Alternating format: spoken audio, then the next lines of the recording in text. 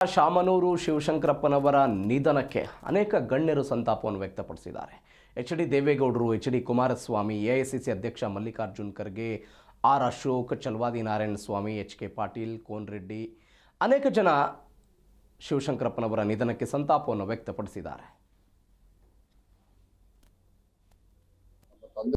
ಬಹಳ ಆತ್ಮೀಯರಾಗಿದ್ದಾರೆ. ಯಾಕಂದ್ರೆ ಅವರ ಸಂಬಂಧ, ಅವ್ರ ಜೊತೆಗೆ ಸಂಪರ್ಕವನ್ನ ನಮ್ಮ ತಂದೆಯವರು ಮುಖ್ಯಮಂತ್ರಿಗಳಾಗಕ್ಕಿಂತ ಪೂರ್ವಕವಾಗಿ ಕೂಡ ಬಹಳ ಆತ್ಮೀಯರಾಗಿದ್ದರು.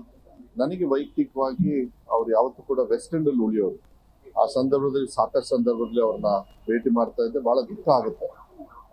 ಬಹಳ ಒಂದು ಸಾಧನೆಯನ್ನ ಎಲ್ಲಾ ತರದ ವಿಭಾಗದಲ್ಲಿ, ಅದು ಶೈಕ್ಷಣಿಕವಾಗಿರ್ಬೋದು, ವ್ಯಾವಹಾರಿಕವಾಗಿರ್ಬೋದು, ರಾಜಕೀಯವಾಗಿರ್ಬೋದು, ಸಾಮಾಜಿಕವಾಗಿ ಕೂಡ ಅವರ ಏನು ಕೊಡುಗೆ ಏನಿದೆ ಅದೆಲ್ಲದೂ ಕೂಡ ನಮ್ಮಂಥವ್ರಿಗೆ, ಯುವಕರಿಗೆ ಬಹಳ ಉದಾಹರಣೆ ಆಗಿರುತ್ತೆ ಅಂತ ಹೇಳಿ ನಾನು ಭಾವಿಸ್ತೀನಿ. ನಮ್ಮಂಥವ್ರು ಅವರು ಗುಣಗಳನ್ನ ತಗೊಳ್ಬೇಕಾಗುತ್ತೆ. ಯಾಕಂದ್ರೆ ಇವತ್ತಿನ ರಾಜಕಾರಣದೊಳಗೆ ಎಲ್ಲೂ ನಮಗೆ ವ್ಯವಸ್ಥೆ ಇರಲ್ಲ ಕಲಿಯೋದು.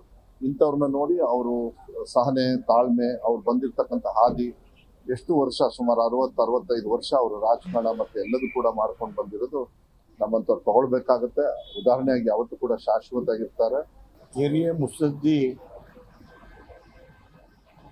ಶಾಮನೂರು ಶಂಕರಪ್ಪ ಅವರ ನಿಧನಕ್ಕೆ ಬಹಳ ಕರ್ನಾಟಕಕ್ಕೆ ದುಃಖ ಆಗಿದೆ, ಬಹಳ ನಷ್ಟ ಆಗಿದೆ. 6 ಬಾರಿ ಶಾಸಕರಾಗಿ, 1 ಬಾರಿ MP ಆಗಿ, ಮಂತ್ರಿಯಾಗಿ ನಮ್ಮ ಕರ್ನಾಟಕ ರಾಜ್ಯದ ಬಹಳ ಅವರು ಕೊಡುಗೆ ಇದೆ. ಇವತ್ತು ನಾನು ಬರ್ತಾ ಒಂದು 2 ತಾಸಾಯಿತು ಟಿವಿನಲ್ಲಿ ನೋಡಿದ್ದೀನಿ. ಅದಕ್ಕಾಗಿ ನಮ್ಮದು ಬಹಳ ದುಃಖ ಆಗಿದೆ. ಹಾಗಾಗಿ ನಾವು ಅವರ ಆತ್ಮಕ್ಕೆ ಚಿರಶಾಂತಿ ಲಾಭಲಿ, ಅವ್ರ ಕುಟುಂಬಕ್ಕೆ ದೇವರು ಅವರಿಗೆ, ಅವ್ರ ಕುಟುಂಬಕ್ಕೆ ಈ ಬೇರೆ ಕೊಡಲಿ ಅಂತ ಹೇಳಿ ನಾನು ನಮ್ಮ ಕಡೆಯಿಂದ ಅವರಿಗೆ ನಾನು ಶ್ರದ್ಧಾಂಜಲಿ ಅರ್ಪಿಸ್ತೀನಿ. ಹಿರಿಯ ಮುತ್ಸದ್ದಿ ಶಾಮನೂರು ಶಂಕರಪ್ಪ ಅವರ ನಿಧನಕ್ಕೆ ಬಹಳ ಕರ್ನಾಟಕಕ್ಕೆ ದುಃಖ ಆಗಿದೆ, ಬಹಳ ನಷ್ಟ ಆಗಿದೆ.